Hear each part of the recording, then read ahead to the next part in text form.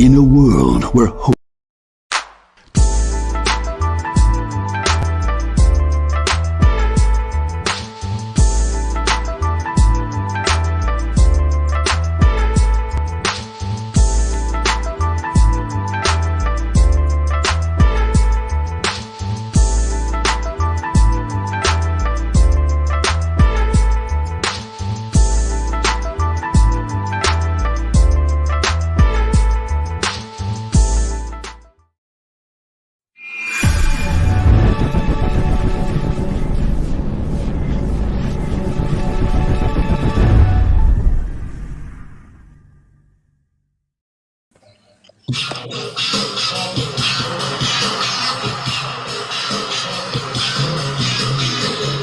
Oh, yeah. What up? What up? Fantasy Football Hustler back at you, and we are bringing you fantasy news today. We got the whole Wednesday crew. Well, minus one. He'll be here in a second.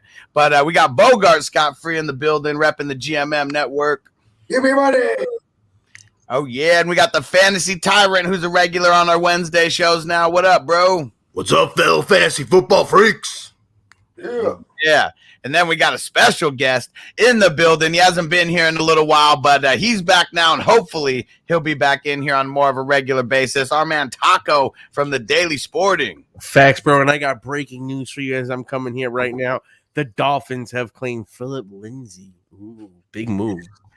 Oh, man. The coaches are back to doing blow again as we speak. Myles Gaskin has the best game of his season. And, of course, they go pick up Philip Lindsay. Yeah, right. Talk about being like, oh, shit, here we go again. And David, there we go. He said Taco should be joining on Tuesdays. There we go. Welcome back. That'd be right on brand right there. That's right. That's true. I should do a Taco Tuesdays. I should take lunch at 4. There we go. Who's up in here? Mr. Bear up in the building. What up, bro? Andrew up in the building said, let's get this money. Second Take Extra in the building. What up, bro? Antonio in the building. Zeb in the building shouting out the trees. My man David in the building. Let's get ready to smoke. Almost 4:20 East Coast time. And then Vanessa, what up, what up? All right. So I don't even know if we need to touch on that Philip Lindsay news. Anything more other than Myles Gaskin just keeps getting chopped at the knees. That's it. And I don't even think it's going to really take that much away from him. So, but he does, Philip Lindsay is, a pass catching back. So, yeah, I could see that taken away, especially in PPR, a little bit. I don't think it's going to you're either going to start Gaskin because you don't have a good a bunch of running backs or you're not. So, But that's the thing, though, is he's not a pass catching running back. But we need Myles, so I'm not scared for Myles Gaskin in that aspect. But if he's going to take away, 5-6 carries a game, Myles Gaskin with 12 carries is not great. We want him to have like upwards of 18 carries a game.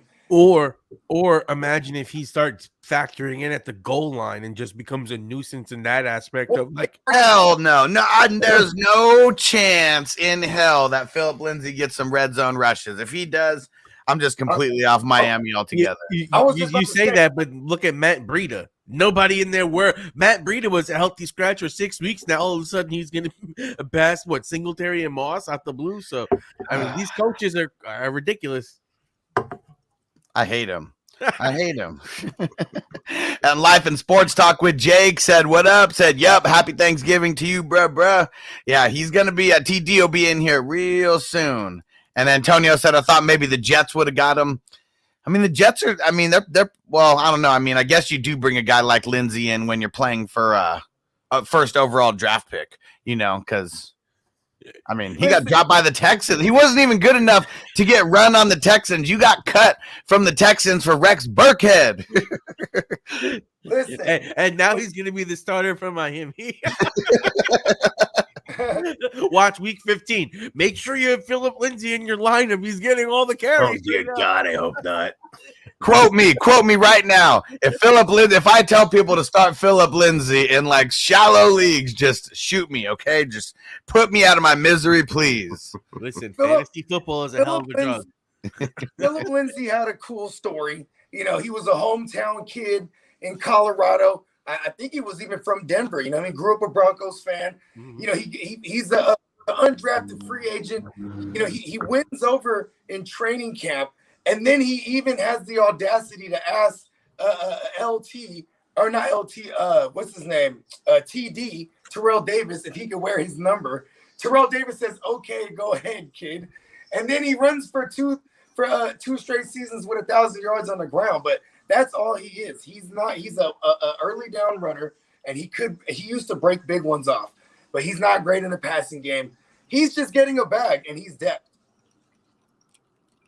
And think about it. This dude was an undrafted free agent. He couldn't hack it in whatchamacallit, in Denver. I just told you, he had 1,000-yard season back to back. Yep. And they still were like, yeah, you know what? We'll pass. Like, think about that. Think about that. They watched you do all of that as an undrafted kid, and they're like, you know what? You did good, but we'll go pay Melvin Gordon and draft somebody else in like the second or third round. Yeah, you know what? Fuck Philip Lindsay. Like, you know, they knew his upside. You know, like there's some of these guys in fantasy, like we know their upside, and if we're like shooting for the stars, you know, we're shooting for something real big. We're like, even though they're all right, like they're not good enough to make it on my squad. I need a way more higher, you know, upside plays. And Philip Lindsay is not a high upside play in today's NFL. Like, not a pass catching back. He's okay in pass pro, but he's okay running between the tackles. Like, he's nothing amazing. They used him in the pass in Denver a lot. But you're right. I mean, for the Texans, they just haven't utilized that part of him. They haven't done anything with him. In fact, like in the preseason, I was saying, hey, you know, he might actually end up being the guy there. And that didn't happen. Mark Ingram, which is crazy, right? And Mark Ingram goes to New Orleans, and now he's like who would have thought that shit backfield was producing a little bit of something, a little swag.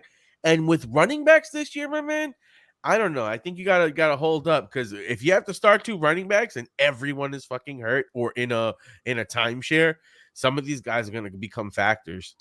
Yeah, of course. And I mean, bye weeks, all that. We've seen it all this year. Anything you can imagine. This season is ridiculous. Like, the running back is ridiculous. Like, I'm sitting here grabbing Tony Jones Jr. and praying that he plays. Like, you know what I mean? Hey, you know what? I want to add, though, Philip Lindsay in pass pro was awesome because he was hella little, and he would do like this little corkscrew type of wow. You know what I mean? Like, he had the timing on the little corkscrew jam. Real like nice. Some Super Mario shit. Yeah, like he would get down real low and like, oh, you can a motherfucker. You know what I mean? Like, Jesus. Bogard's got a couple shout outs in here. Second Take Extra wanted to say, how about them 49ers, Bogard? Yeah, let's go. Bang, bang. Bro, I hate Jeff Wilson Jr. Yeah, he ruined my Super Draft Pro lineup. Yeah, what the fuck happened with that? And he had like one good run, I think, for the whole day. And then debunked it over. Here's the thing, though. Everyone would be moderately okay if he caught that touchdown, because it was way overthrown. Jimmy G had him wide open for a touchdown in the flat. So there's that. So it wasn't.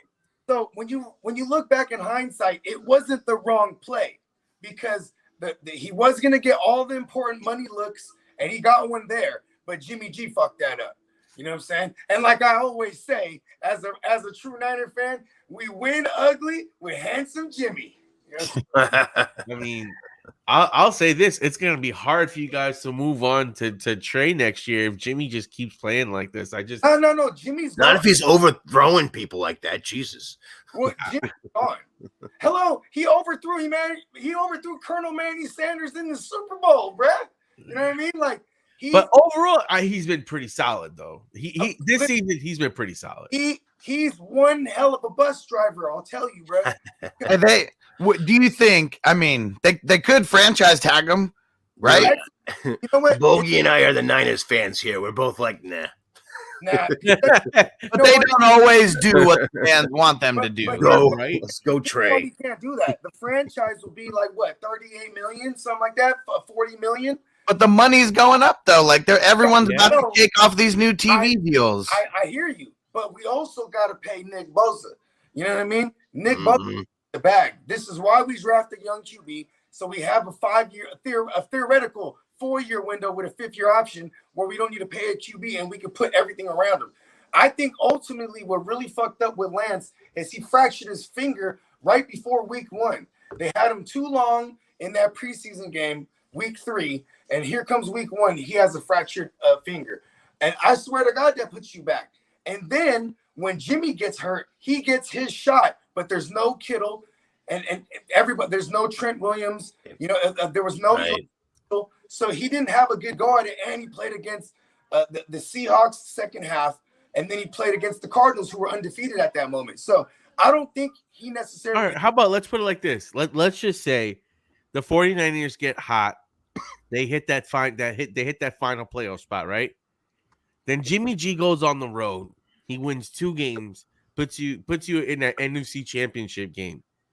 You're gonna tell me he does that for you this season, that you're gonna be like, yeah, let's move on to Trey Lance. I think you end up franchise tagging him, and you give him 1 more year in that sense. Here's the thing: is Shanahan, by record wise, he's not a good coach. He's had more losing seasons than winning as a Niners coach. But if you really take a deep dive look at it, he 90% of those games are lost by a possession or less. So if a possession or you know what I mean? Like this. So Shanahan's been on the cusp. We need a double-edged sword threat like Lance, because Lance, the ceiling is way here. We're watching Jimmy G's ceiling every week. And if he does anything extraordinary, like, run 2 touchdowns in, that's all design plays by Shanahan. You know what I mean? That's true. Every time he has a good game, I hear all the apologists come, oh, see, look. Like, I have a buddy of mine that's also a Niners fan, and I'm always like, fuck Jimmy G. And he always comes out, every time he has a good game, he's like, see, he's fine. And then every time I try to complain about him, he's like, well, makes all these excuses. Dude, I mean, he can play. He's not bad, but I mean, I just think, needing to develop Lance, that's important. I say we have Jimmy G this season, then he's got 1 more year before he becomes a free agent. I honestly say that early next season, if there's someone in need of a quarterback, there's a possibility we could get a trade out of it.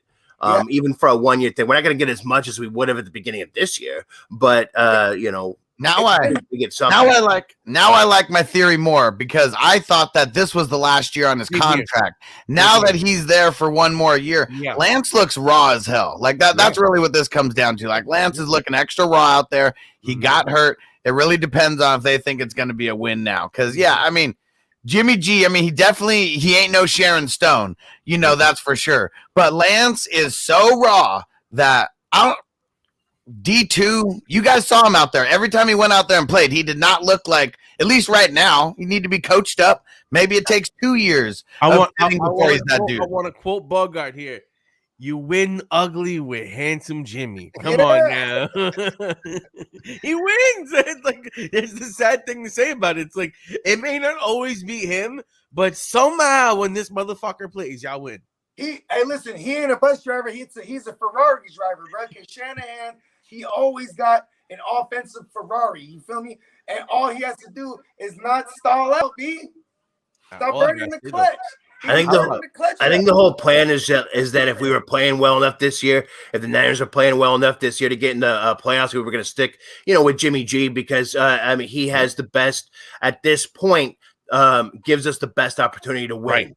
And but if we were out of contention, I'm thinking they probably if we end up that way, or still they end up going with Lance just to get him seasoned, get him a really good off season as like the top guy next season, then start him off. You still get like a year where he's learning the ropes and shit like that. But look what happened with Mahomes. It's like the same kind of thing. And except he was behind Alex Smith. So I see that kind of thing going on, and I see that same kind of talent there. It's worth investing in. But if we are, right now it's 5 and Niners are 5-5.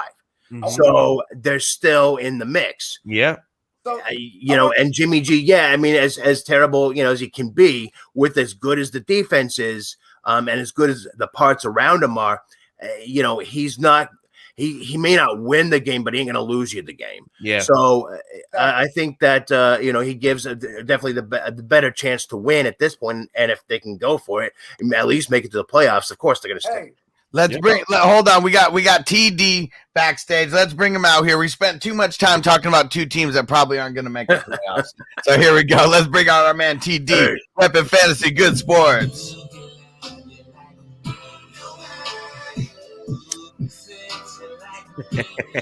This one's for you, TD. What's up? Nobody, baby. What up, TD? What's going on, bro? TD's got the coldest intro in the game right now. It goes with my OnlyFans. It supports my OnlyFans. on brand always. Life and Sports Talk with Jake said no 49ers allowed in my casa unless it's Bogard. There we go. Bogard got the pass. Hey man, because I don't be hating on all the teams. You feel me?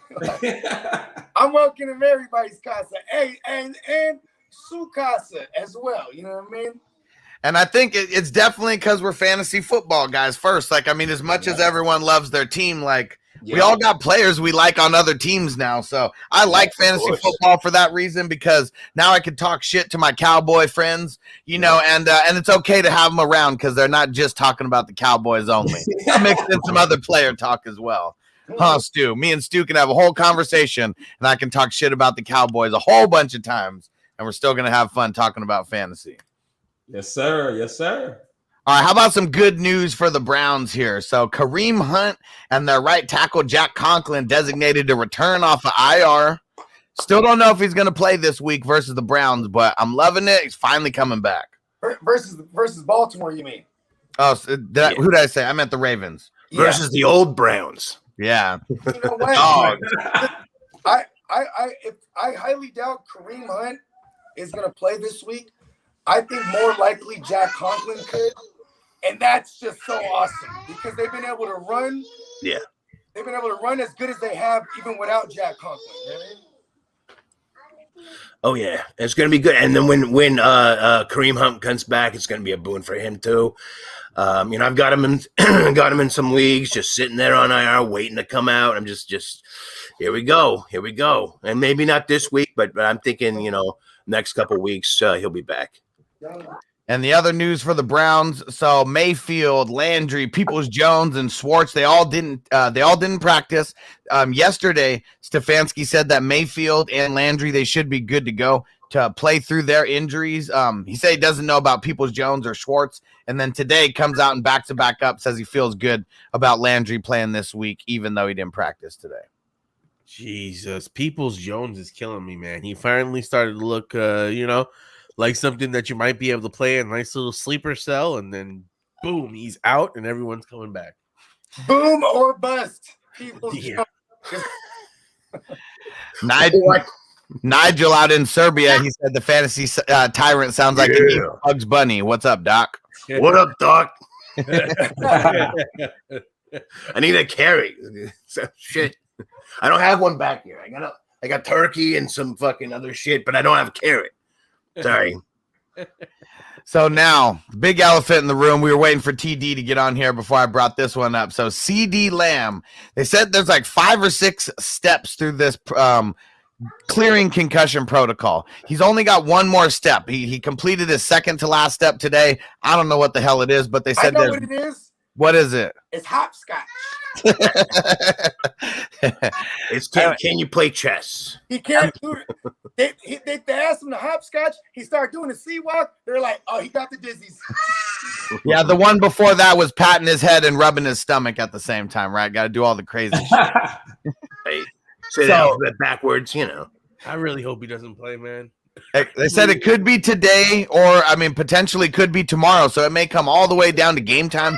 Tomorrow they got the 4:30 Eastern game. So we got a little bit to find out if he's going to play or not. But TD, what do you think? Whether he plays or not, is that affecting the Cowboys in this game versus the Raiders? I love that question. No, it doesn't. But for my fantasy people, if he's out there, you got to play him. But for us people that just want to watch the game for content, it doesn't matter. I wouldn't mind if CD sat out. I just want us to be healthy for our playoff push. That's the most important thing. But for fantasy purposes, yeah, CD, you need to get into your playoffs. So if he's available, you play him. If not, then you have to pivot to somebody else. But yeah, really, we don't need him. We just need to be healthy when, like, let me say, going into like maybe week 13. That's when we need to get like all our guys and all our bells and whistles. Plus, I need Cedric Wilson in another league. So like, I really need Lamb to sit out because I'm desperate. I've had Hopkins, I've had Antonio Brown, I've had Kyler Murray, I had Robert Woods. So right now I've had those seasons, dude. It is brutal. Yeah. Bro, I don't know how somehow I was in like 7th to 8th place. I literally lost because Herbert destroyed me on Sunday night when I went to bed. Otherwise, I was going to plot a sneak victory. Yeah, if you faced Herbert, Eckler, or JT, dude, you would toast. Yeah. You know, I always feel like I gotta watch my own demise. I can't just not watch the game. Yeah, I'm gonna watch the game. You have to play defense. You know what I mean? I was exhausted, bro. I couldn't keep it up. I was just like, you let your guard down and Herbert got you. I did, bro. Because you know what? I'm a firm believer in the reverse jinx. So if I would have seen the way it was going, I would have hit my friend up and I'd be like, oh man, you already beat me by the time he was like almost like 20 points away, and then trying to somehow figure it out. You know what I mean? Exactly. But play a quick fan duel and see if I could have something happen. But no, it wasn't meant to be.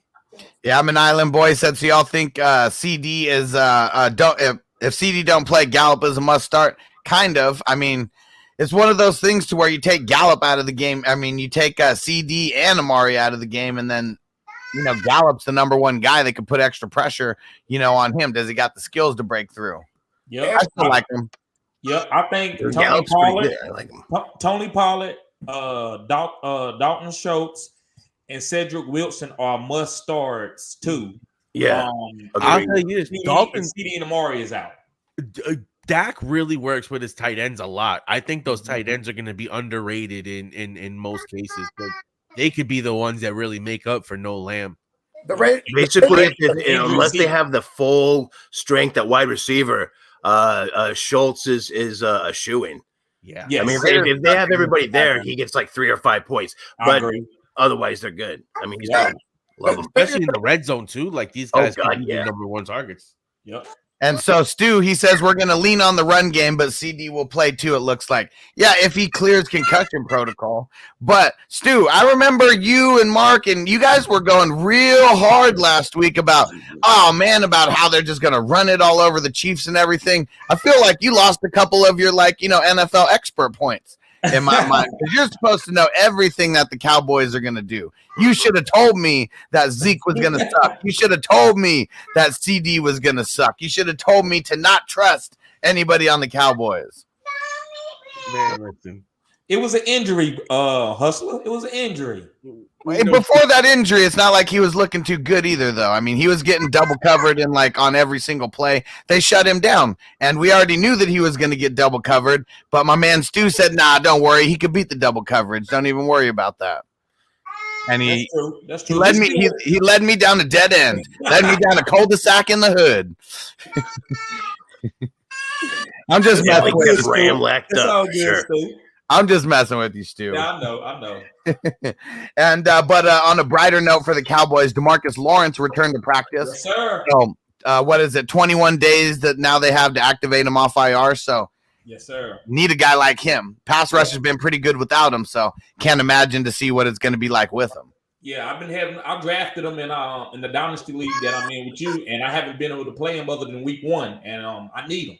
I'm having to start D tackles and stuff at the D-line spot. So, yeah, I'm ready for him to come back. And David Hess said Logan Thomas practiced today with pads and a helmet. Yep, finally got in a real practice. So he's still kind of the same thing where, they got the 21 days or whatever to activate him off IR now. So still might not play this week, but definitely looking better. All he's been doing is running on the side of practice so far. I'm hoping that he plays soon because, the second half of last year, he was looking so good, and started off doing all right this year, then got injured. we saw RSJ take over. He was getting a lot of attention. So if, Logan Thomas is getting that same attention, I think Logan Thomas is definitely a more talented tight end than RSJ personally. But, man, that could be a big boon for anyone. If you held on to him, or if he's there in the waiver wire, go snag him up. I would wait to play Logan. And the reason why is Curtis Samuel is getting healthy, and also DeAndre Carter. So I feel like they've been using those two guys last couple of weeks, and they've been moving the chains with those guys.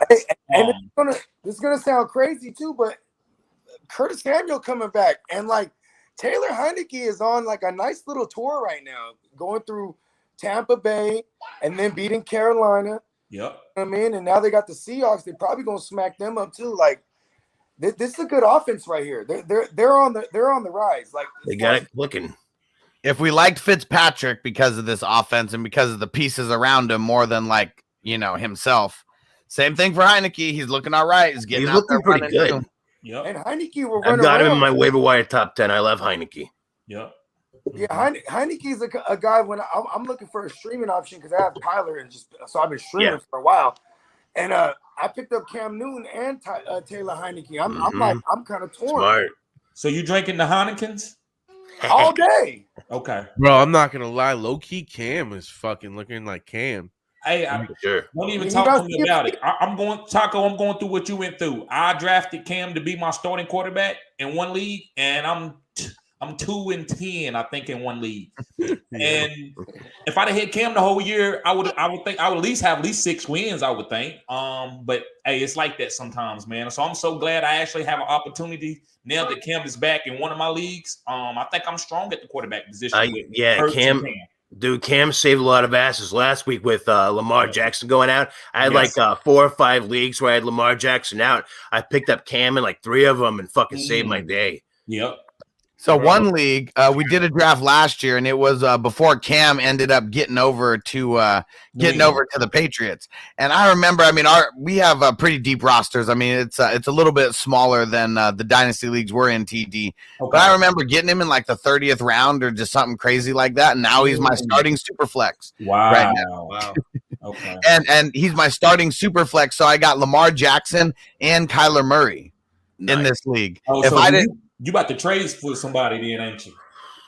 No. Right. No. So, I'm in first place. Okay. I need the extra flexibility. If I didn't have Cam this week, I wouldn't have had a starting QB. Yeah, you may as well keep them away from other people if your team's already stacked anyway. Yeah. So, he was some insurance that I didn't even really count on from last year. I had, and last year I actually ended up playing him a little bit because I had Dak.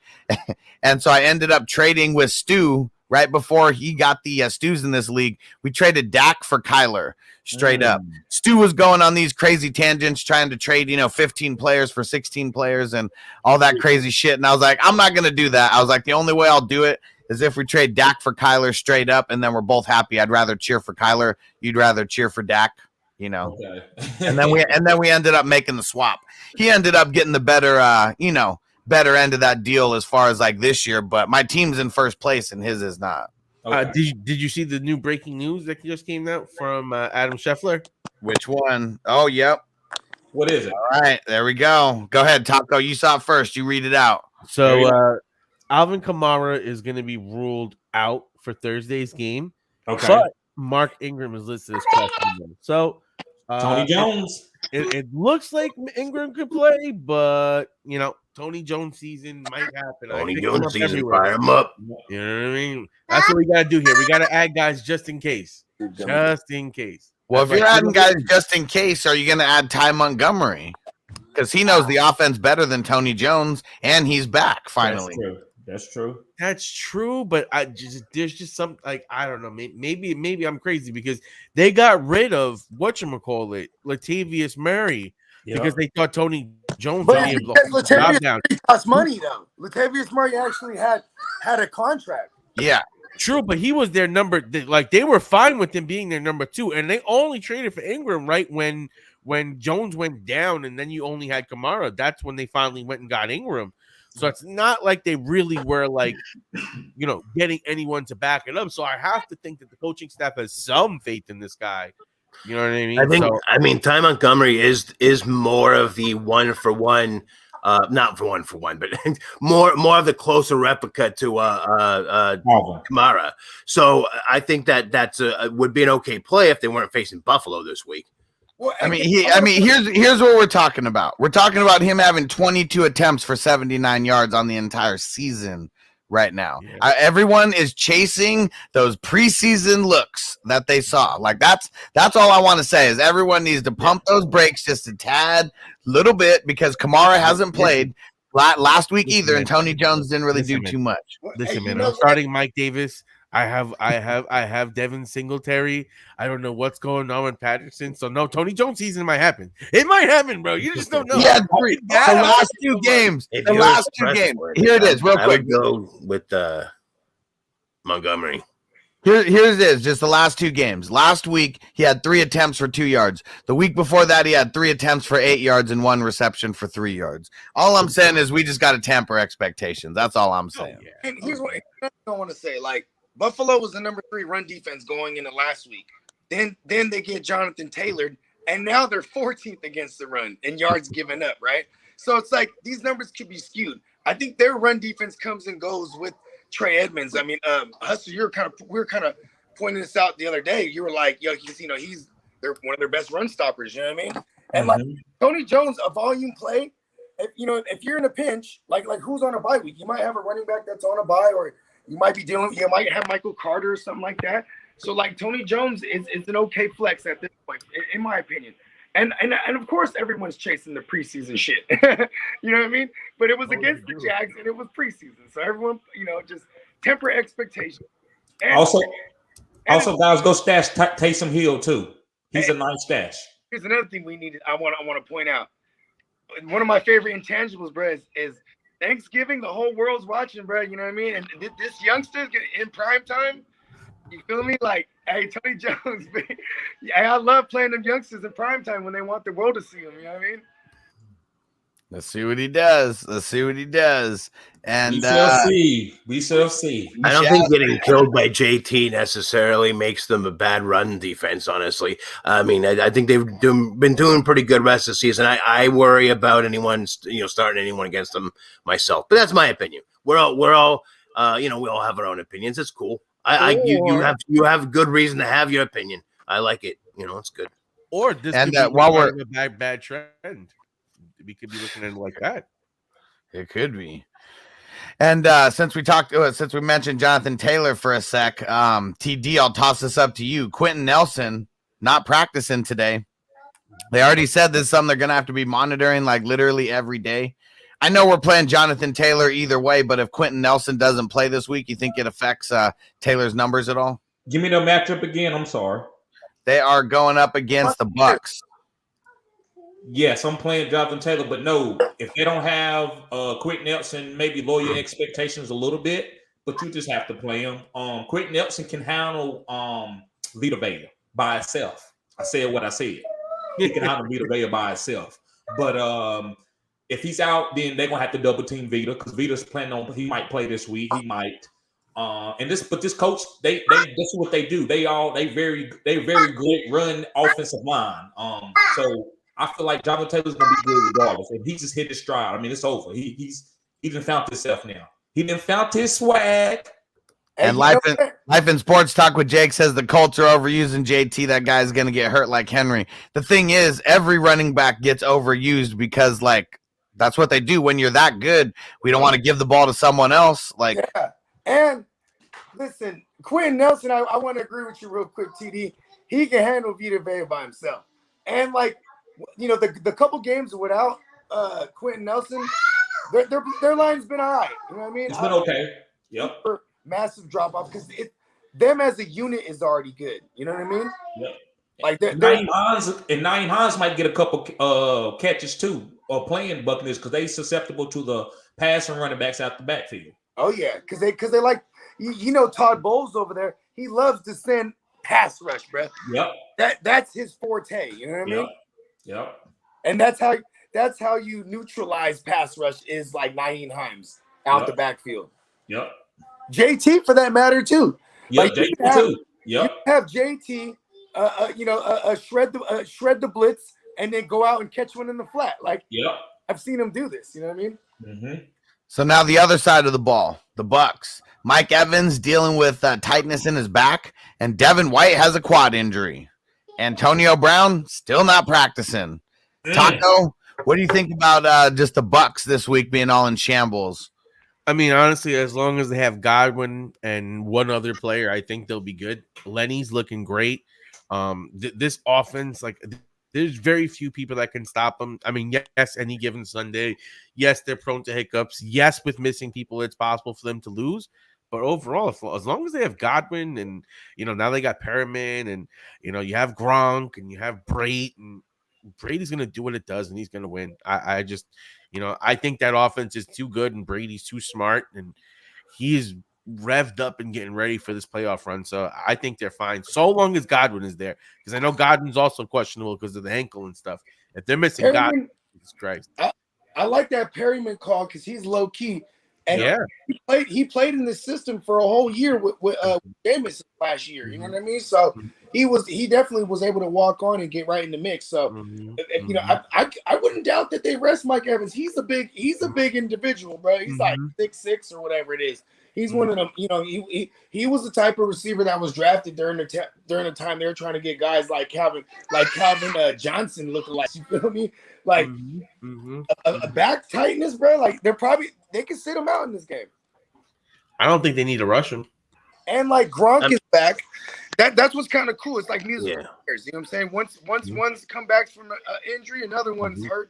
So you got someone you can fill in. It's a different game plan. And for what it's worth, this is how you attack Indy. Look at last week. Indy played the Bills. Dawson Knox goes for 80, 6 receptions for 80 something. You know what I mean? The week before that, Dan Arnold went 60 for 5 receptions for 60. They be giving up yards to the tight end. So, and Gronk, he's coming off of a game where he was already putting up numbers immediately when he came back against the Giants. So, I think they'll be okay. Yep. OJ Howard too. That's a long shot play, DFS play.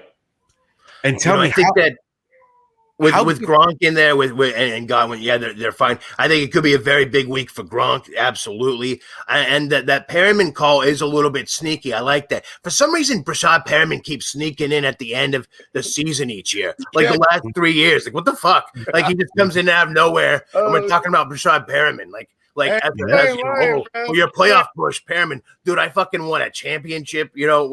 Starting him and shit. Like it's every year. It's like it's once it hits like right around Thanksgiving. It's like, oh yeah, I smell some Perriman season. Let's do it. Yeah, I'm down with that. And one thing I gotta say is how good did Gronk and Brady look in that first game back together? Because like Gronk was out for a little bit, and you couldn't even tell. It was just like right on cue, making easy big plays. Listen, they could have looked all right. It's just the Giants are so bad too. Oh, come on. It wasn't that bad in the beginning. It just over time just kept compounding. They could get no pass rush. How many times did our offense just put the defense in such a bad spot by the fourth quarter? These guys were like, fuck this and fuck that. Like, you know what I mean? The offense is so pathetic that these guys can't even get fired up to be on defense. And like defense, a lot of it comes from skill and will. And you know what? If you ain't got that will to go out there and run through the fucking train because you know your team's gonna have a shot to win, it's gonna be hard to maintain that. Like, you can say all you want, you gotta be professional, all that shit, but that's an emotional ass fucking game. And you fucking have a scrubby ass team. It is hard to get that fucking eye of the tiger. So you're saying they don't have the eye of the tiger right now? I'm saying thank God they fired fucking Jason Garrett. Thank you. I agree.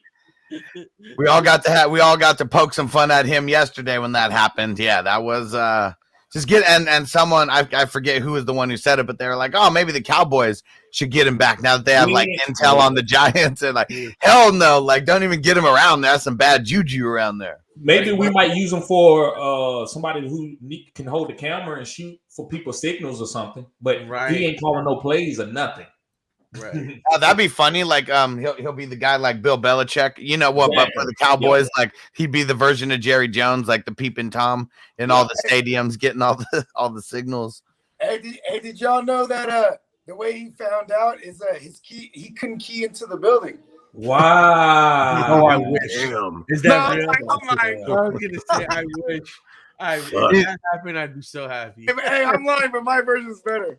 Yeah. Do you think they did them like they used to do some wrestlers back in the day? Send them a FedEx. You know, send them a letter via FedEx. Just don't even show up. You don't have a job anymore. With a Don't even garbage call bag you. full of their shit. The way Vince McMahon did the Ultimate Warrior. All right, so then I got a question for you guys. Are the Giants going to do David Gettleman like that and fire him before David actually ain't doing a bad job. I disagree. I think David, okay, because everybody gave him a hard time about Tony. They gave him a hard time. You got how many first round picks in this offense can't muster more than fucking 10 points? Did he? He's missed on the offensive line. You drafted Andrew Thomas in the first round. You signed another guy. You drafted Hernandez. They signed Nate Solder. Just gotta go. Hold on. Like, This is exactly what they do. Hold on. Check this out. The first order of business for Gettleman. He gets in there 2018. He drafts Saquon Barkley instead of drafting one of them QBs or even trying to move up to get one of them. You know what I mean? Because move back. And then the next year, what he drafts Andrew Thomas. They brought in Nate Solder. You know what I mean? Nate Solder basically opted out a whole year last year. You know what I mean? Like, I will say he just hasn't had a good go at it. Like, he's had a real bad luck. He drafted Daniel Jones. You overdraft Daniel Jones. Like, Jones is a nice quarterback. I get everything. No, he's not. No, he's not. He's not a nice quarterback. Jesus. We had this 18th pick. We could have got Josh Allen right there, the pass rusher, who was perfect at that 8 spot. And then with the second pick, Danny Jones would still be there, and you can get him or take someone else. But nah, man, I just don't like the vision of the team and how we progressed over this period of time. We need just a new voice. I want Louis Riddick from ESPN. He originally went for the top. He missed on the coaching. That's the only thing. He missed on Jason Garrett. He should have never hired Jason Garrett. Go ahead, Hustle. Maybe. That's the straw that broke the camel's back. You know that all these head coaches, they get to pull in their OC. You pulled in Jason Garrett. Exactly. Yeah, that should be that's the reason that should get him out of there right there. You took the whole team in the wrong direction. Exactly. That's true. Jason Garrett's the worst thing that he's done. Fight a motherfucker. He's probably like, you need to get him out of here or I'm gonna clap him in his ears. All right, let's see. So for the Packers, Aaron Rodgers and David Bakhtiari not practicing. Rodgers comes out and he's making little jokes. He was like, yeah, my toe has COVID or something like that. I love that. I love Aaron Rodgers. Yeah, I know. He's a gem. He is a gem. Well, everybody hates Aaron Rodgers. I love him because of shit like that. Me too. I love him. And listen, did you know up until the last day that Mike McCarthy got fired, that Aaron Rodgers was taking shots at him saying, no, go ahead and pick Alex Smith. Like, you remember? You picked Alex Smith over me. I love that shit, bro. I love that. I love it. Rodgers is a Sagittarius, bro. We don't forget shit, bro. Exactly. You know That's right. We don't forget, bro. You know no fucking shit, we don't. And listen, check this out, Tyrant. This kills me till this day because he wanted to come to us, and we dude. Could you imagine? Could you fucking imagine, dude, having him and then in Patrick Willis on the defense and dude, oh my god, right? The ring, Rodgers and Frank Gore. Yep. That would have been insane with Gore and shit, yeah, and maybe Crabtree would actually play well. I don't know. Oh, I love. And you know what was I mean as bad as the 49ers were, it still wasn't as bad as the Raiders, who picked Fabian Washington 1 pick before Aaron Rodgers. Yeah. That has to be the worst pick in NFL history. Unless you count Jamarcus Russell or pretty much any of the Raiders picks when Darius Hayward Bay at number 2. Who was it? Darius Hayward Bay. Yeah. Hayward Bay, pretty much any of the picks that were made when Al Davis was still alive. And God rest his soul, I respect him because he was. I respect him. I respect him too. But I mean, come on, those picks, dude. Yeah, he was at the end of his career. My dad is a Raiders fan, and it's year after year hearing my dad curse Al Davis, just totally. But that's the same guy that picked up Bo Jackson too. Yeah. So you got to kind of because you get old and the brain does things. Yeah. Pick Bo Jackson because he didn't like Marcus Allen, right? Yeah, I was about to say Marcus Allen. Like that was probably like one of the better 1-2 punches like that ever. Oh Jesus! Ever was around all time, but has to be the best. But a lot of people don't like Marcus Allen. They say he like a snake. You remember OJ Simpson didn't like him. Shit, if OJ don't like you already know that there's something wrong with you. OJ didn't like him, don't you? OJ Simpson, the great judge of character he is. Him and Nicole was running together. Oh yeah. That makes sense. There you go. Yeah. Don't get on OJ's shit list. That's all I'm gonna say. And I got to meet Marcus Allen one time. It was like when I was like 10 or 11, something like that. He came back, so he went to Lincoln High School here in San Diego. Him and Terrell Davis actually went to the same school. Years apart, obviously. Wow. Okay. And they had one of those things where it's, not like a skills camp or anything, but like something like that, where they had a bunch of different drills set up. People got to do the different drills, a couple NFL players and stuff. And he picked a couple kids out to like run the whole thing first. And he picked out like different kids at different ages. And I was the one who got picked out for like the 10-year-olds or whatever it was. And I got to shake his hand and stuff. And I didn't have no card or anything for him to sign. Like, I didn't even know that I was going to be able to get close to him or anything. So that was actually pretty cool, though, that got to shake his hand there and met him for half a second. I was like 10 years old. Do any of you know who Anthony Green is? From he was on the Rams, defensive guy in the Rams. Like the 80s and 90s. Never mind. I was going to say, I played Nintendo tennis with that guy in his mom's basement. His mom lived around the corner from us. He was like a pretty good. Look him up, Anthony Green, defensive. I think he was a linebacker or something like that. But anyway, it's just to chime in on my own little story where I met an NFL person and I didn't even fucking know. My friend is like, dude, do you know who this guy is? I'm like, I don't know who this guy is. I'm just playing tennis with the dude. I'm like 7 years old. He's like, dude. And anyway, he tells me about that. I'm like, oh my god. Cool. That's awesome. Hell yeah. Cool. And then interesting story real quick though. So years later, I'm dating this girl in high school, right? And she's like taking me home to meet her mom. And I'm like, this looks familiar. And I was thinking about like, holy shit, do you this is where Anthony Green's mom lived. And then she's like, oh, that makes sense why we get mail all the time for Rita Green. I'm like, yeah. So I came back there later because I dated this girl, and anyway, it was weird. Fucking weird Twilight Zone shit in my life. Anyway, not that you needed to know that, but just that's awesome. And Smokey the Cat said, "Bro, I went to Morris High School. Hell yeah, bro.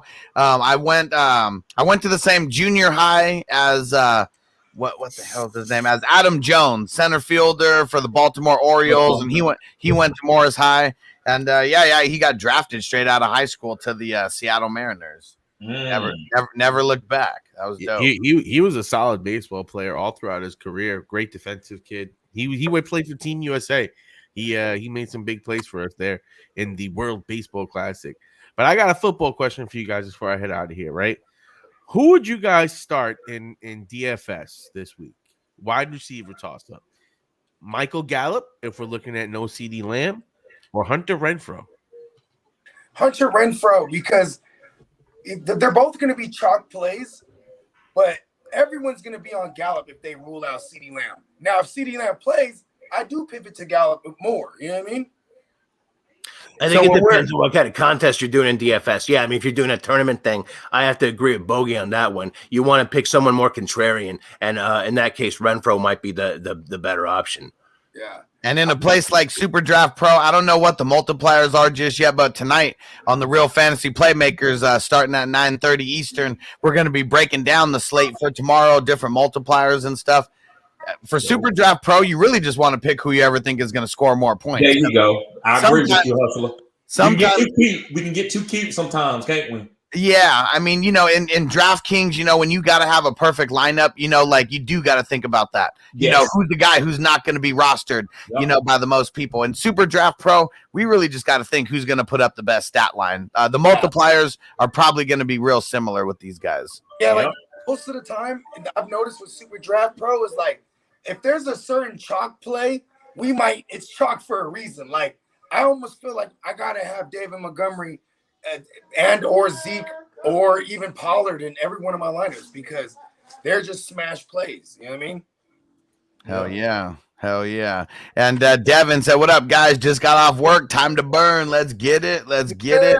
And Antonio said, thank you, Second Take. You won me $1 yesterday. There we go. Second Take Extra, throwing out the basketball lineups yesterday. Get their money. All right, let's see. A couple other pieces. For the Ravens, Lamar Jackson, Marquise Brown, both practicing today on a Wednesday, so should be good to go for this week. Yeah, I think Lamar need to go market with Pepto-Bismol. Something, right? Right? That IBS is nothing nice to him. My girl said, "Dude, he got Crohn's disease." I said, "No, he don't." He had the itis. He's got the BGs. He got the bubble guts. Hey, the bubble guts. Who was it? UTD? Somebody brought up that like growing up, he had hella like illnesses and shit. Like he had like a real low immune system. I forget, someone was telling us on this show. Okay, it wasn't me. I remember someone saying that, but I don't remember who it is. Kind of like superheroes, right? They got one weakness, he's Wolverine. Yeah, he definitely a superhero, but his only weakness is he got a low immune system. Someone tell him to take some echinacea daily. There you go. Yeah, his weakness, he's really supposed to be a vegetarian, but he can't stop eating meat, and it's fucking with his stomach or something. He's like, That's me right there, right now. But yeah, that's probably what it is. All right, real quick, because I know Taco's got to get out of here in a second. For the Falcons, Corduroy Pimpin was limited in practice today. That is way better than not practicing on a Wednesday. Yeah, he's pimping. Pimping says pimping. Sir, I need him to come back so he can open up things for Kyle Pitts because he's getting doubled. I pray to baby Jesus that Cordell Patterson plays this week, please. Church. Like, you know what I mean? I need that one. Church. All right, and then let's see. And Taco, whenever you got to go, you just let me know. We'll let you shout out everything on your way out. And for the 49ers, Elijah Mitchell, he was limited in practice, so more promising than him not practicing. I don't think he's practiced the last handful of Wednesdays. So and I'm gonna be real with you.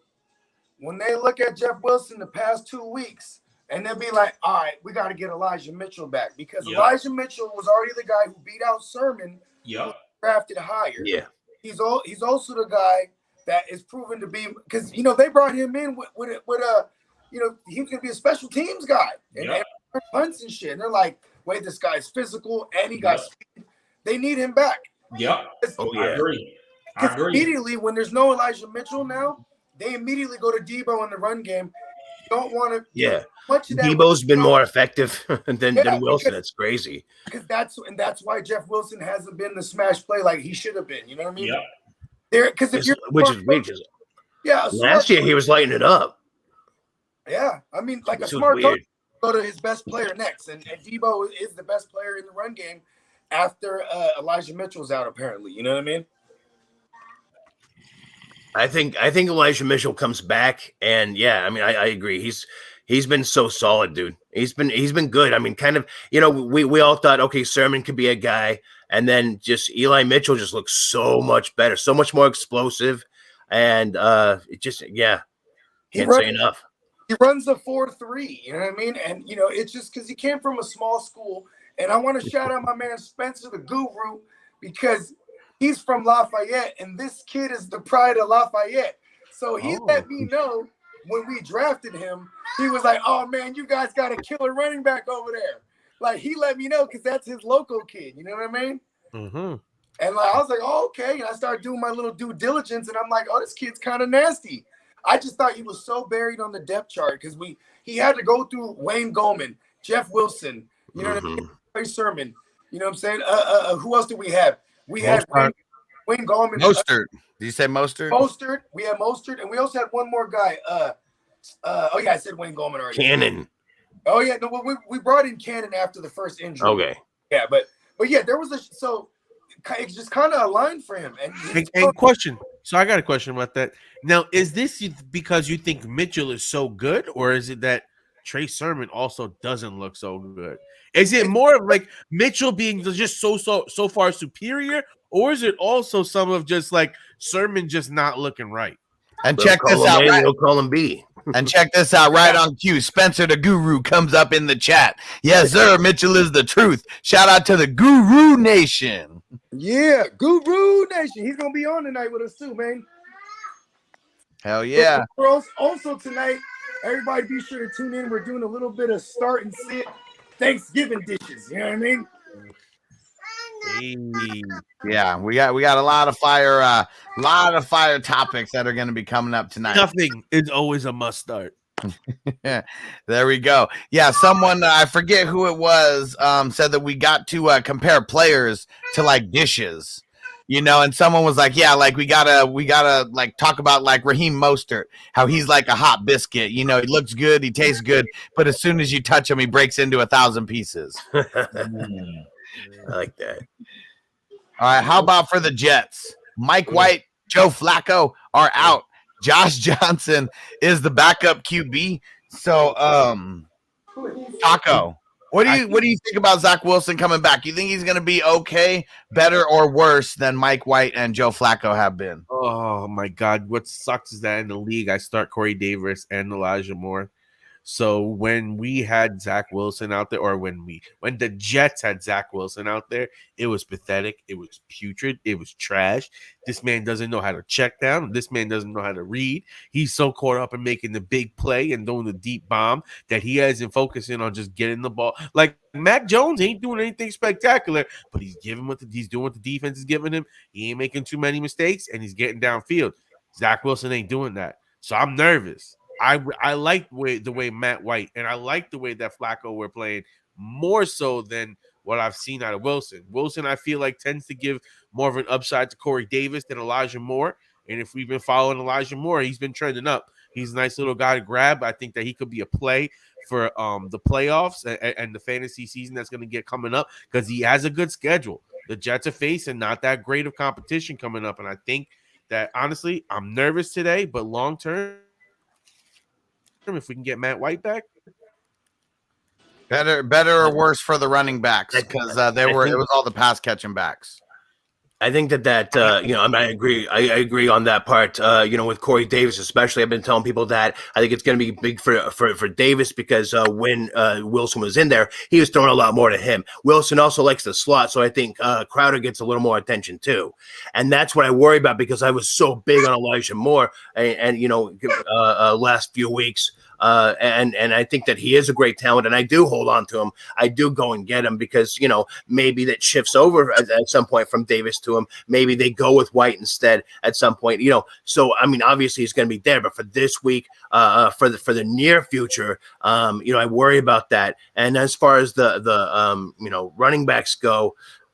It just depends. I think I see Ty Johnson getting a little more work.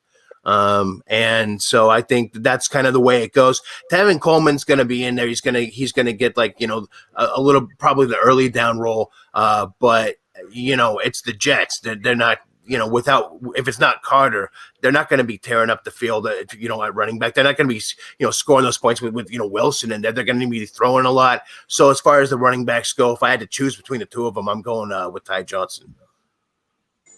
I like Antonio's prediction for Zach Wilson. 120 yards, 0 TDs, 3 to 4 interceptions. Could be. That's not even a joke. It's not like that. He could end up with a line like that. I don't think he's going to throw 3 or 4 interceptions. He's seen Mike White and Joe Flacco come in there and check the ball down. So it's going to help him. And the goal Texans are pretty legit in the secondary. That's all I want to say. They are. So it goes to this. It's like Pat Mahomes coming in with Alex Smith. Pat Mahomes learned so much from Alex Smith. He learned how to control the game without throwing picks every game. Because in his college career, he threw 2 to 3 picks every game, but he also had 4 to 5 touchdowns. Zach Wilson is that same type player. So now by seeing what Joe Flacco do, you're going to see Todd Johnson. I like Todd Johnson this week because he said, you know what? I need to check the ball down, and I'm going to still take my shots. It's going to be more than the average quarterback taking shots, but he will check it down. He's not going to take shots on every single play because that's what he was doing. So Corey Davis is a nice play. Elijah Moore is a nice play too. So I'm still firing up the guys from the Jets because Zach Wilson he got to learn from what he's seen. If he don't, he will get set down. Yep. All right. And AK, what up, Amy? Good looking on the super chat. Godwin, just to clarify, Godwin and Pittman for Henderson and Mitchell. Is that fair? I think I would rather have the Godwin and Pittman side unless I really, really needed running backs. If you really need running backs and you're super ass stacked at wide receiver, I mean, I guess maybe, but I like still, I don't know. As long as she's good at, like, let's see if you could put in the chat who your receivers are and who your running backs are currently. Yeah. Like, this is a good combo. They don't have any bye weeks. You know what I mean? Pittman still has a bye week. You know, And the other thing about Pittman, he's been slacking lately, and they've been focusing on the run. Even with them focusing on the run, Wentz hasn't been massive with him over the last couple of weeks. Godwin is the best player in this deal. Okay, but I think it's more game script and matchup. No, but yeah. I don't think. Listen, yeah. I think position need right now. Position need can determine importance right now. Yeah, because Mitchell and Henderson combined, I think Mitchell and Henderson are both safer than Pittman. And if your running backs are fucked, that could be something that works. Safer and come on, let's not act like Godwin's is every week like he's Brown isn't back yet. That's another thing that we have to factor with Godwin. He's gonna take a hit once Brown comes back. Exactly. It's not a bad trade. I mean, if you really need running backs. If you're starting Mike Davis, you consider something like that. Right? Don't trade for Henderson. Don't do it. Don't trade for Henderson. He's too volatile with injuries. Do not make a trade for a running back that's volatile with injuries. If you fell for the Adrian Peterson hype, something like that. So here's the rest of the team: Barkley, Harris, Aaron Jones, Jeff Wilson, Pollard, and then the receivers are Gallup, Elijah Moore, and Marquise Brown. Oh, no, you need the wide receivers way more. Yeah. No, don't make that trade. Don't make that trade. And now that we're staying with Godwin, I want to remind you, we stay with him because he has God and win in his name. And Antonio said, I hope I went with my gut and started Crowder against Hustler in the most important league. Hell yeah. In the Dream to Walk league, we got a big matchup this week. Bogard's still in first place. There's a 4-way tie for first place right now. In first place again? Yeah. I mean, you've been hovering around it. No, because I was in first for like the first 6 weeks, then I dropped down to third, and I was kind of sitting there. Yeah, there's a 4-way tie. Francisco's leading the pack, and then Antonio, and then Bogart, and then James Coe, and then all 8-3, and then I'm 7-4 in fifth. Stu is in sixth at 6-5. So those are all the playoff teams right now. Right? How bad is the bottom? So our man Clark is 5-6. Jay Peasy is 4-7. JC Money Design is 4-7. Marcus Grant is 4-7. Big fall from grace for him. And then Schmitty is 2-9, and Adam Rank is 2-9. Ooh, the big boys say. Adam Rank is in my league in Scott Fishbowl, and I didn't whoop that ass twice. Yeah, there you go. I don't care nothing about the fans. I don't brag about the fans, but when you do content, I'm gonna come. I'm gonna talk. If I whoop you, I'm gonna talk. That's what the Scott Fishbowl is for, right? Hell yeah. Yo, so far I'm like 8-3 or some shit. Like, yo, last week I won with Lamar Jackson in my starting lineup. But yeah, I'm right in that second place in the fucking. I'm going for it, baby. What's your record, Hustler? I'm right into the 8-3. Also, I'm in second place. The guys got me by about 100 points. Who's in first place? Same record, 8-3. I'm 7-4. I lost Lamar last week, and I did. It was a good game, but he had Justin Herbert, so he killed me by 40 points with Justin Herbert. That's who I got. Smoking bowls of Herbert in the Scott Fish Bowl. Oh yeah, and I got Corduroy Pimpin, and he's going to be coming back. But that's another reason I'm 8-3 right there is Corduroy Pimpin. I like my Scott Fish Bowl squad. Me too. I'm in top 10 for scoring of all season, like in 1 week. Hell yeah. In single week? Nice. Yeah, in single week. How y'all went to that website where you can see those type of stats? Nope. I'd love to know what it is. Okay, I got it. I'll send you the link through Twitter. Somebody sent it to me on Twitter. Okay. Yeah. Tag me in there too, because I'm like, okay. Yeah, I'll get Hustler to send it to you. Yeah. I'm just like, I'm just. So how did the playoffs work with that? How do you what's the playoff schedule and all that? It's about to come up. I swear it comes up in week 13 or 14. Like it starts way before week 15 because there's about to be like 1,000 teams or something, right? How many teams are going out of each division? I believe it's the top half, top six. Oh, okay. Well, yeah. I think it's the top 3 and then the next top 3 scorers. So I think it's like if you're in the top 3, you make it, and then the top 3 scoring team. So it's not necessarily like on your record. Sometimes it's your scoring. That's what it sounds like from the people in one of my chats. But I'm new to this too, so and then what happens next? So then it's like we all go into one big pool, and then I think some teams get the bye, and then after that, like everyone faces each other in some crazy free for all fucking Royal Rumble. It's not no best ball like who scored the highest. You actually have a matchup. But you can't. No. It's all point based, where it's like everyone against everybody. Top half scoring people make it on. Okay. Hey, I want to say my bad. Thank y'all for bearing with me because the kids were going crazy. I put them both to sleep. There we go. And man, but yeah, I can't wait to see how this plays out. I mean, I've got 1,750 points. Compared to my league, there's only 3 people that are over 1,700 points. Everyone else is well below that. I think I'm at like 16 and change, if I remember correctly. Herbert's been making all the difference for me. I'm super stoked that I was able to get Herbert with the 12th pick. I don't know what to do with my QBs. I have Jackson and I have Tannehill. And Jackson in that format really isn't that good sometimes because his accuracy and his sacks. Like the other game versus Miami, it was not good.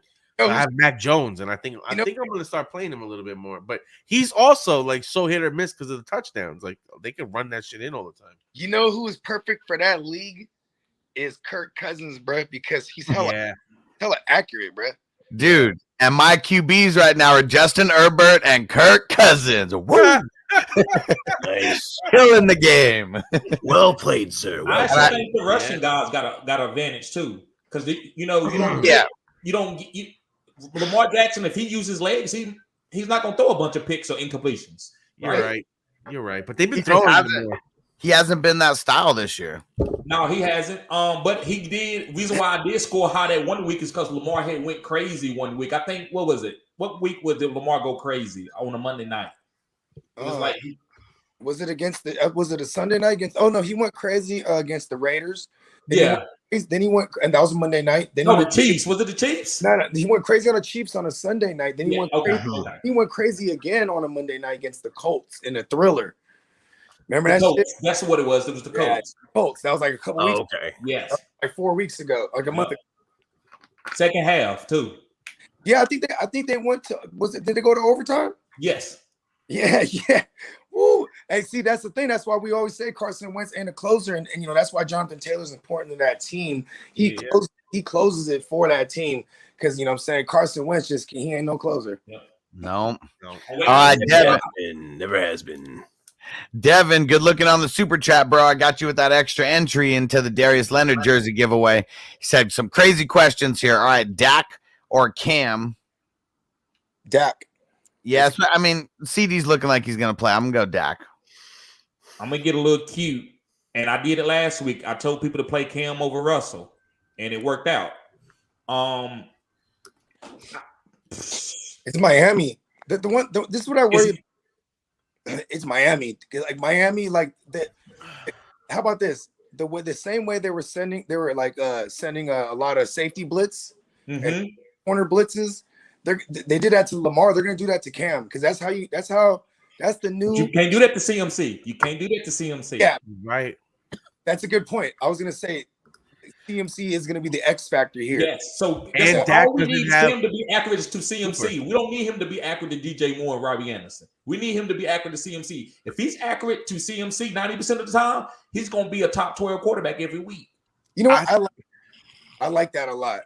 It really comes down to, I feel like if CD plays, because they're facing the Raiders, and the Raiders aren't the best versus the pass, but last week they did good versus Burrow. So if they have CD Lamb, I would probably lean a little bit more back toward Dak, because he doesn't have Cooper or CD. So I think off the rip, you don't have either one of those, I might be with you, in starting Cam.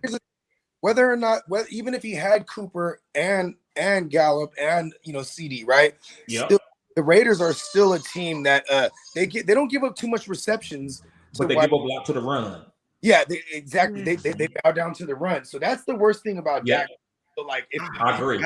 I would feel more confident with Dak in that situation though, because I guarantee Dak's going to get at least 2 touchdowns if those guys are in there, and he'll sometimes throw that goal line fade or run it in himself sometimes. And Zeke, I'll be honest, Zeke hasn't looked that great, and like they say, Zeke is a little banged up too. So I tend to lean toward Dak. I think that Dak is that guy. If CD ain't practiced all week, I don't know if that, because the fade ball comes through chemistry through the week with practice. If he don't practice, I don't feel great about that. But I do feel great about them Carolina getting to the green zone and giving it to Cam on the 3-yard line over CMC. I do feel great about that. So I'm gonna say Cam, but it's very, very close and it's getting a little cute. So, bro, if you go with that, that's a great move too. But I'm gonna say Cam because I just want to get a little cute right here because I think Cam is a league-winning type quarterback at this time of the season. Here's another thing. And then let's go into the second part of this. So then he's got Zeke or Pollard. I think I'm still rolling with Zeke. I mean, he has the bone bruise, but I mean, he's gonna be good. You still got to roll with Zeke, in that case. And then also, I mean, just going back real quick to the other one. Dak, he's, I'd say it really does come down to Lamb. But another thing here, though, too, is Vegas isn't giving up too much to the QBs in fantasy, other than Patrick Mahomes. Going off, they're not giving up too much. So one way or another, I mean, Dak is, somewhat matchup proof, but if he doesn't have all his weapons there, they might be leaning on a kind of a Zeke Pollard combination. So, and I do like Cam this week. So yeah, slight lean there as well. I think Zeke is just someone you always got to play. If he's playing, you play him. Yeah. Pollard is a great flex this week, but you don't put him in your running back spot. I agree with that. Zeke gonna get that green zone tote, and that's 100. If I tell you not to play Zeke, I got to tell you to play Dak. So I think Dak is okay, but Zeke is gonna steal at least 2 tugs. He might have 50 yards rushing, but he can have 2 tugs. That's where, and that's where, like, if there's no Lamb, and with that factored in, that they could just punch it in with either Zeke or Pollard down there, I am gonna lean Cam. I just worry about that other side of the ball with the Dolphins offense, making it a competitive game enough for my Cam Newton to put numbers up. You know what I mean? Mm-hmm. Mm-hmm. Hell yeah. And let's see. Vanessa, good looking on the super chat. She said, who's the better back to have for the Jets? Ty Johnson, Tevin Coleman. And then I'll read the second one out. I think it's Ty Johnson, but with Zach Wilson, I'm just a little bit nervous. I am where I do have Ty Johnson, I'm probably playing him because those are the places I'm desperate anyways. I'm not playing not a near one of them. Yeah. I think Ty Johnson's going to be pretty. He's a pass catching back, and he hasn't looked bad even when Carter's been playing. I think he'll be halfway decent. So long as Zach Wilson can go see what happened and be like, okay, let me check it down a little bit. Let me not be so cute. Let me just play what the defense gives me. Sometimes be a little bit conservative. Everything doesn't need to be a home run or holding it too long. Get rid of the ball quick. Make quick decisions. Play good. He had to learn that, Taco. He learned that. You don't think the coaches emphasize it? Look right here, Zach. Look right here. You see when he threw it down here to Michael Carter. This is what I need you to do when you get this pressure. Right. Because to go with Taco's baseball reference, because he's swinging for the fence, but it's getting caught at the warning track every time. He ain't even making the warning track, bro. It's a weak pop up, and he's swinging for the fence. Be like, calm down, bro. You gotta know. Basically, it's like you gotta know when to take your shots. That's what Tom Brady does makes him so great. You just can't throw it deep every time. Pat Mahomes still learning this, guys. You have to learn when to take the shots and when to check the ball down.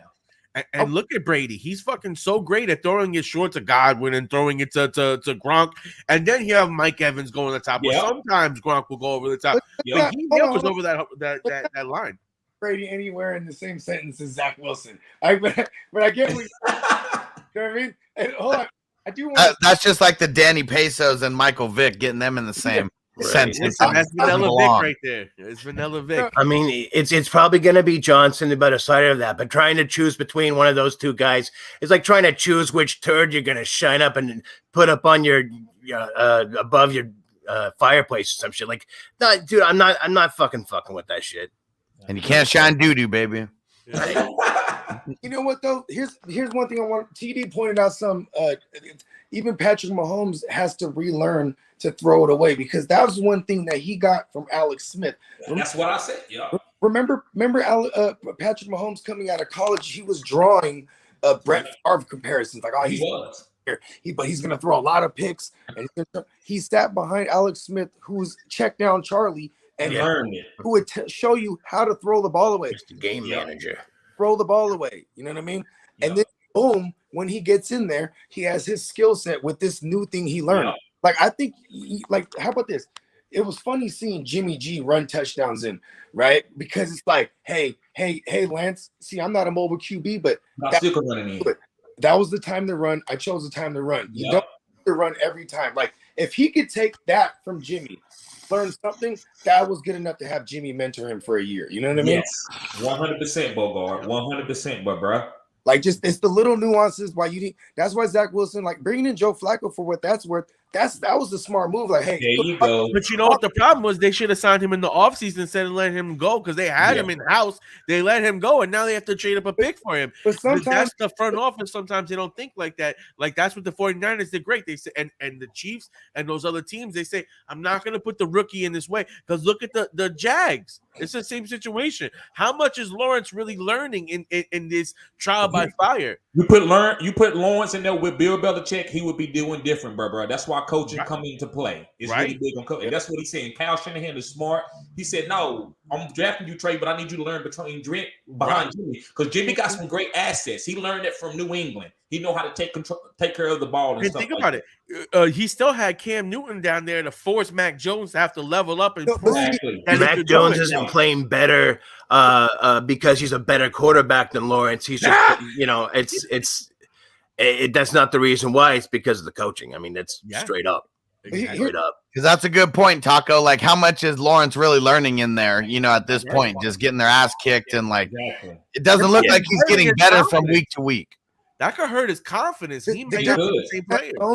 The difference with Mac Jones is that when Cam Newton's there, that's not the veteran QB you want there for your young rookie QB. That's going to be your pending starter because Cam Newton's way too polarizing. So that's a different style entirely. But also getting rid of him also is like another thing. Like Belichick's like, all right, it's we're trusting you, kid. You know what I mean? Like that's a big deal. And he's already done this before with Brady. I'm not comparing him to Brady by any means. I'm just saying this is the same coach that picked him, put him in the game over Bledsoe. You know what I mean? Even after the injury. You know what I'm saying? Coming out of college, Mac Jones is way more talented than Tom Brady. I mean, it just is what it is. Mm-hmm. Now they're both going into the same coaching system that turned Tom Brady into a Hall of Famer because it wasn't what he learned in college that made him a Hall of Famer as being coached up. He doesn't feel like a Brady year one Brady. Like, you know what I mean? Nothing really fancy, gets the job done, real humble, just plays up the team aspect. And you know what? They're winning. Brady, they have a good defense. They have a good kicker like Adam Vinatieri then. And this feels like the beginning of what the Patriots did last time. He's going to win a playoff game. He's going to win a playoff game, at least one. He's gonna keep the Bills. Depends on who they play. It depends on who they play. They might have home field advantage the way that it's looking now, so it might be a wild card team. A lot of people were like, oh, what are the Niners thinking now? And it's like, same thing. Same thing. It wouldn't have made any difference. It's Mac Jones went where he needed to go. Yep. And we didn't answer the second part for Vanessa. Let's do that. We got off the rails here before we forget. Yeah. The second part was also one for the flex: Bateman, OBJ, Judy, or Collins. And I'm going OBJ. I'm going Bateman if Lamar is healthy. I'm going Bateman. With Lamar back, yeah, I'm liking Bateman. Even with Hollywood in there, I think Bateman was starting to get more attention anyway, or at least an equal amount. So I think, I like him, love him. For a flex, I'm gonna go a high upside. I'm gonna say OBJ. I like this game to be a shootout, but we will find out. Like if there's the off chance that Aaron Rodgers doesn't play, then I get off that because I don't think the game will be a shootout if there's no Aaron Rodgers. You know what I mean? Because I think OBJ is gonna. I think he's gonna get like 7-8 targets here, and there's gonna be like 4 or 5 manufactured plays for him. You know what I mean? That could be things as simple as a screen, you know what I mean? And he could take those to the house. So I'm banking on OBJ. This might be, we need to cut this clip right here because this might be the last time I ever say anything about taking a chance on OBJ because if he fails me, I was gonna say, dude, that is a bold statement. What have we seen that shows us, that's gonna happen? That's all I'm saying. The pick with Matthew Stafford, the pick. I'll be honest. I've been starting Bateman the last couple of weeks, and I just got OBJ in the team, and I have a similar situation myself. But here's the thing. I think I feel safer with Bateman just because I've seen him do it enough weeks in a row where it's like he was trending to the point where he was like almost like I must start him versus OBJ. Now I'm not saying OBJ don't have that big upside, but I'm worried just because I don't know what the offense is going to be in 1 week of them being together. He might be someone in 3 weeks that they're hitting the groove and he's rolling. Can you peep game how many targets he got on his debut Monday night against my Niners? I want to say 3. 3. That doesn't even sound right. That sounds he had 18 yards. I want to say he got at least. Okay, no, he did. Yep, he had 3. I mean, I guess what it was for me is you see them wanting to get him involved like right away. The reason why he didn't have more targets is because he was taken out of every single red zone package because he was only there for like a day. Yeah, that's what scared me. Check it out. One of the first targets he got, he stopped on the route. It would have been like a 60-yard house call, and he stopped on the route, and the safety came in and picked him off. So, like, there's that. I'm just saying, like, that's what they were off sync, obviously, but man, I think there's a possibility of him, being a big thing in that offense, and I think that's kind of what was holding Stafford back a little bit. It was just they're trying to gel a lot of things. They lost Robert Woods. They're trying to figure out how to do it. They're bringing OBJ in, and I think that's going to gel. But we haven't seen it yet, and I think we might need another week or 2. Yep. Like, I'd rather be a week too late on this because if I need a win, I feel a little safer with Bateman in there. But if I'm going balls to the walls, I have a lot of belief in OBJ. I can see it. I'm playing them both personally just because I have to. But I think OBJ, like you said, he could take any pass to the house. But we want to see it, just like see him in the offense, see how many snaps he gets, get some more data, and then we can feel confident. Here's one question I'm going to ask. This will just be a yes or no question, round robin. Do we think that the Rams are going to be absolute ass like they were against the 49ers, or do you think they'll be a little bit better? No, I think they'll be a lot better. Yes, a bit better. Average. Okay, so TD's right neutral. All right. There you go. I sit on the middle of the fence, TD. I like it because then it lets you go either way.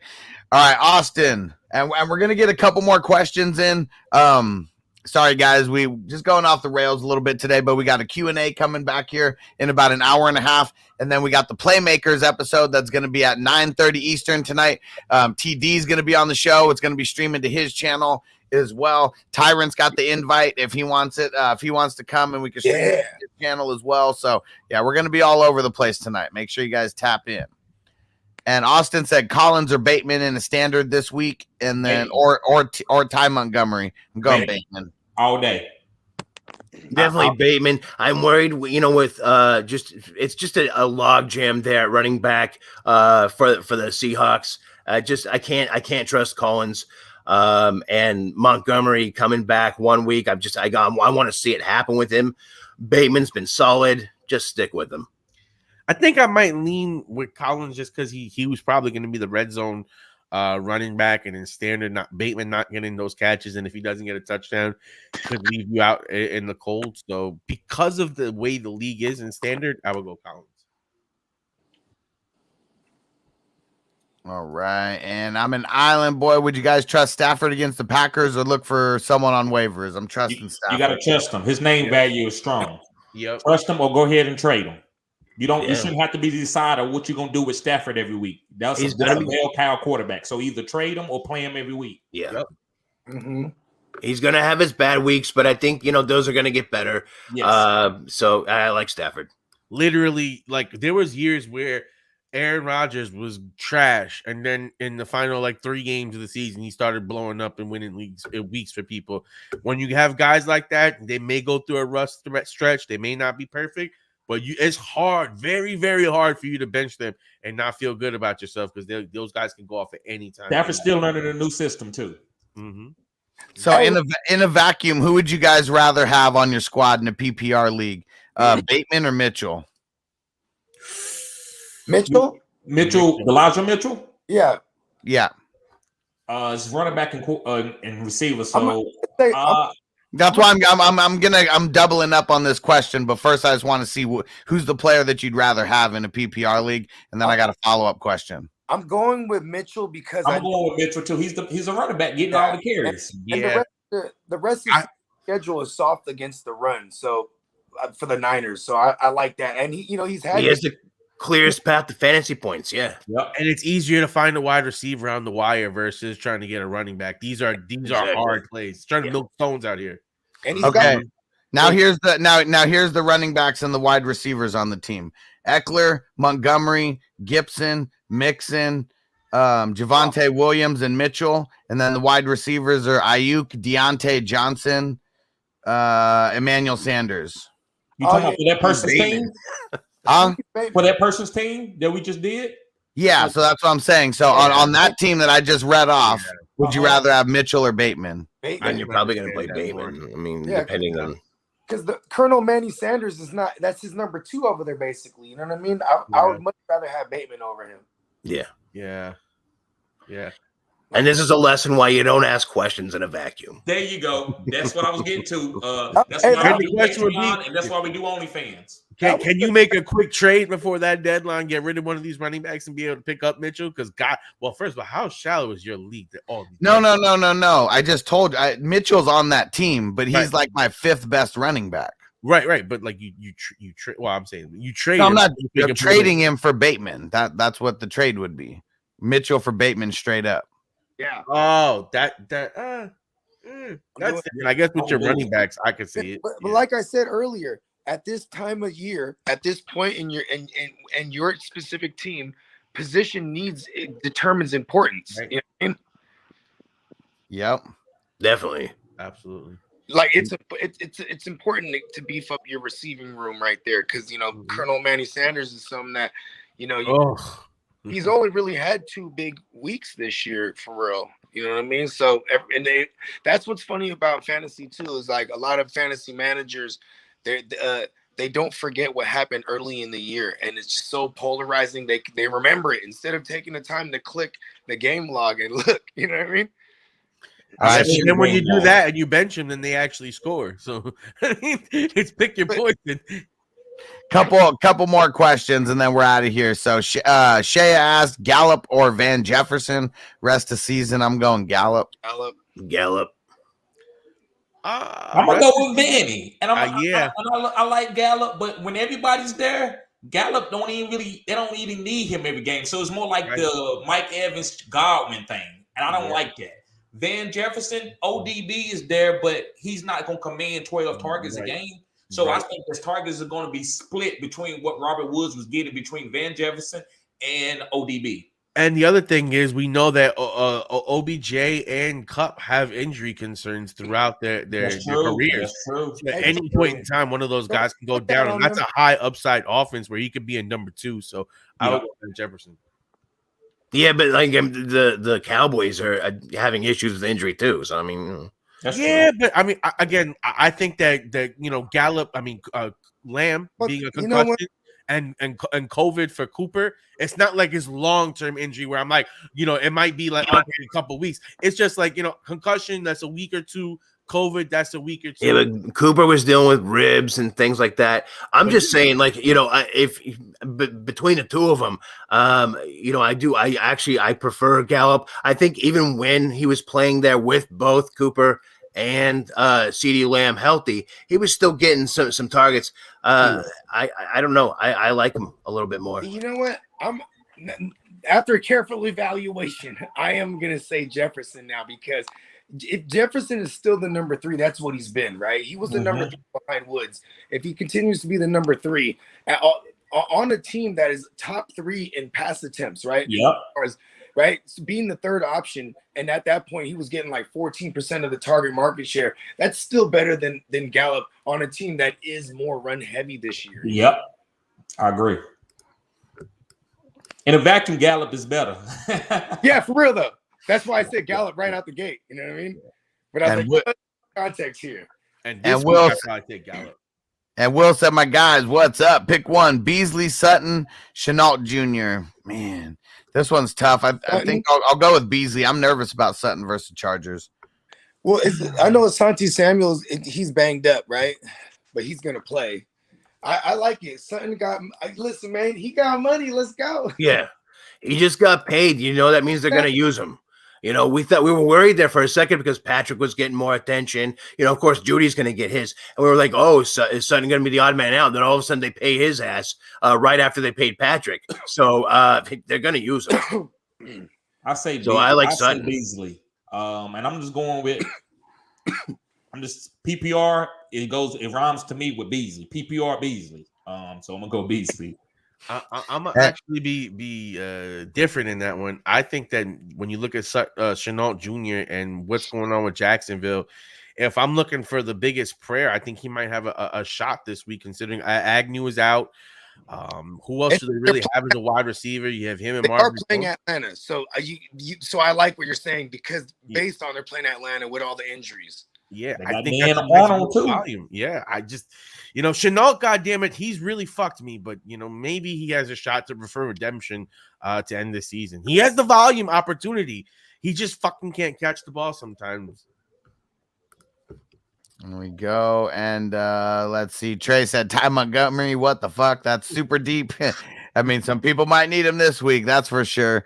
And Will Hayes, what up, bro? Said Tony Jones worth picking up and dropping Devontae Booker. Yes. Yeah, I would. Yep. I don't know. If you need to play Tony Jones right now, picking him up is different. Because if not, I'd rather hold on to a lottery ticket that is Booker. Because you get what I'm saying? So I'm more on the side of dropping Booker than picking up Jones. Well, yeah. How banged up is Kamara in the vacuum, so we don't really know. So that's why we like to do our questions on like Patreon and OnlyFans. Hey, you know what? Right. Vacuum. You're right. This is what he can do. Is he could pick him up. Just drop your kicker. This guy's playing on Thursday. Drop your kicker. You could pick up Tony Jones to speculate. Say if you're not playing, speculate. If you don't see anything you don't like after the game, you can cut him. Because lottery tickets like Devontae Booker, Alexander Madison, AJ Dillon for a while, Tony Pollard, you don't let these guys go, because if anything happens to their guys, these motherfuckers blow up. It's crazy. Last week I put Tony Jones in because he was still on IR. I picked him up to put him in my IR spot, knowing that he was going to go active for Sunday, just in case something happened, injury, whatever. He's, like you said, a speculation hold. I drop him if he's not good, but if it's a situation, I drop somebody else. And now all of a sudden I use an extra roster spot to manipulate. Hey, look at this. This is funny because I like doing this news show, because I did the same thing you did, Taco. Last Friday, I told everybody to do it. And then I had to now you have to remove him, or you can't make claims on Sleeper. So I'm like, fuck, I'm just going to cut him because, he didn't do anything. Then I'm doing this news show. And he's like, yep, Mark Ingram not practicing. I'm like, what? My heart sunk, because he would have been bro, I did that in one league. I just cut him everywhere. Yeah. I ran around just releasing them after I picked them up, because I just should have, I did that too, bro. In one league I dropped them, but I had to wake up I had the bubbles, and I went to the bathroom at 4 a.m. and I was like, God, thank you. I went and picked them right up without using a waiver or anything like that. Hell yeah. That's that good luck diarrhea, man. Right. Right. And we'll just talk about a tinker stinker, yeah. We'll just mention the names the rest of the way. We don't have to give too much context because we're going to get out of here. So Javen Great Vid said full PPR, bench 1, DK, Terry, Mixon, and then CD if healthy. I feel like we got to wait for tomorrow because if CD's not healthy, this one works out itself. But if he is healthy, I guess I'm going to sit Terry. Hey, I would sit DK. I'm sitting DK. I hate to say it, but I'm gonna sit DraftKings. Yeah, for real, bro. Because Until we see Rush cook. I hate to do it. I wouldn't do it in a vacuum. Like if I seen your team, I probably wouldn't say that. But just with what you're saying right now, it's got to be. But you know what? I mean, he could sit.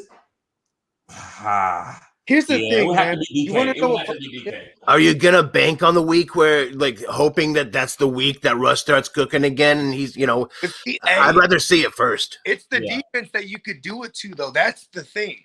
This Washington secondary is this is where fantasy players go to get right. So that's the thing. But based on his other options, I would rather play McLaurin because I know McLaurin spread them up. And McLaurin's been hot. Didn't he score last week too? McLaurin's the laddie. I think he did. The laddie's a boss, bro. Fire up the bagpipes. I don't even think you bench him ever. No. He had 2 weeks in a row where that weren't great, and then everyone was like souring on him for some fucking reason. And then he hit 25 fantasy points, and then he had a bad week, and then bye, and everyone was like, okay, I'm not starting him. Then he gets 11, then 21. Dude, the guy's fine. I love Terry. Scary Terry's great. You guys didn't listen to the rules. I said we were just going to mention the name and not give too much context, so we can get out of here. We're almost there. And David P said someone tried to trade me Ingram and Marquise Brown for Tyreek Hill and Devontae Adams. Cocaine's a hell of a drug. And Lou Triple D said, should I grab MVS and start him over Claypool? I'm starting Claypool this week over MVS, but I wouldn't mind. I wouldn't mind grabbing him though as a stash. Yeah. Yes, I agree with what Hustler said. That's all I can say. I agree with what Hustler said. Yep. But is Lazard still out? Yeah, it doesn't look like Lazard's going to be back, and even if he is, even if he is, that's MVS's role is the outside guy, and Rodgers is the type of guy that always found his deep guy, bro. You know what I mean? Whether it was Jordy Nelson or it was Jennings. Before that, that's what MVS was supposed to be all this time. He just had bad hands for hella long. But I'm telling you, Aaron Rodgers, we used to yell at him a lot too, bro. Because he'll put it right on his hands, bro. And then he'll all the time. But he's been connecting. So and they keep going back to him because that's Aaron Rodgers' credit that people don't know is that he's telling this kid, listen, I'm gonna keep going to you. We're gonna get this right. You know what I mean? Let's see if Big Kong is right. He said, my gut tells me that the Bears played terrible versus the Lions to get Nagy gone. He's already gone. I mean, this is his last game. It already leaked. If the Lions get their first victory against the Bears on Thanksgiving, I mean, would definitely be a Thanksgiving miracle. I pray, bro. I'm a Giants fan. We have that pick. Come on, Lions. Come on. Last one, and then we are out of here. Alejandro Meza says, we need help with the flex wide receiver and tight end spot. If AB is out again, do I start Bateman, Van Jefferson, and for tight end, Schultz or Arnold? And then for the flex, Drake. Okay, then it's just really everyone else plus Drake. All right, so I'm going Bateman for the wide receiver. Yeah. I'm going Schultz for the tight end. Yep, because there's no CD is the reason I go Schultz, and you put Bateman because there's no CD. Yeah, with no CD, you got to go Schultz on that one. And Bateman is Bateman. Hell yeah. Yep. And then for the final flex, if the flex is between Drake and Van Jefferson, that's fucking tough. But I probably Drake. He played Drake. I don't know, Van Jefferson, man. One last week. I think just for this week, I don't know if OBJ's target share gets all the way up there. I think that's a swing for the fences type play with you know why I say Drake? I can't go with Drake on that one. Dallas D's too good against the run. And besides which, I think they're gonna need to pass a lot more in that game. I don't like them there. I think I like Van Jefferson a bit more. But Drake is the pass catching running back. And that's why I say him. And I say him because this is how you beat a Gus Bradley system. You know what I mean? He plays a lot of cover 3. He's coming at you with 4 all the time. They're going to be going downfield a bit more. Yeah, I'm just saying though, they're gonna be coming at him with that.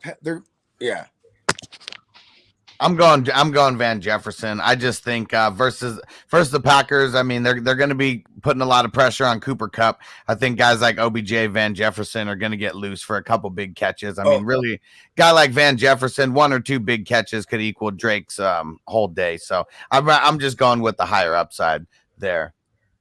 And last one, LeBron's brain. Then we're out of here. Which side? Gibson and Pittman or Sanders and Metcalf rest of the season? Gibson and Pittman for me. Yep. For real. Sanders. Rest of the season. I think Metcalf is the best out of all of them. I think because I like Sanders.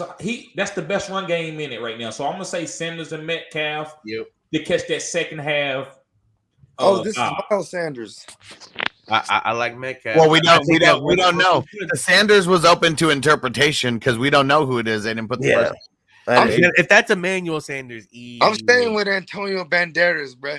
He got a soft run schedule too. Give me the. Pray. Leave him alone. Leave him alone, Bogard. Leave Antonio alone. I pray. All right, let's round robin this thing and tell everybody where to find you at. We'll start off with Taco. Y'all can check me out at the Daily Sporting. I'm on YouTube. I'm on Facebook, and I'm always in the group. And Hustler, you know what group it is, so give them the breakdown of the group. Fantasy football advice on Facebook for experts, gurus, and beginners. We just crossed 70,000, about to cross 71,000 any day now. We may even have enough message requests in there to go do it. So, yeah, that group is getting huge. Pretty much everyone in here except Bogart is in there. I'm very elusive. And Austin, he said, Hustle, can you put your lineups in on the computer for SDP, or does it have to be on your phone? It could be on the computer as well. Just Google Super Draft Pro. You'll find it. It's like the first link. You could be in a spaceship.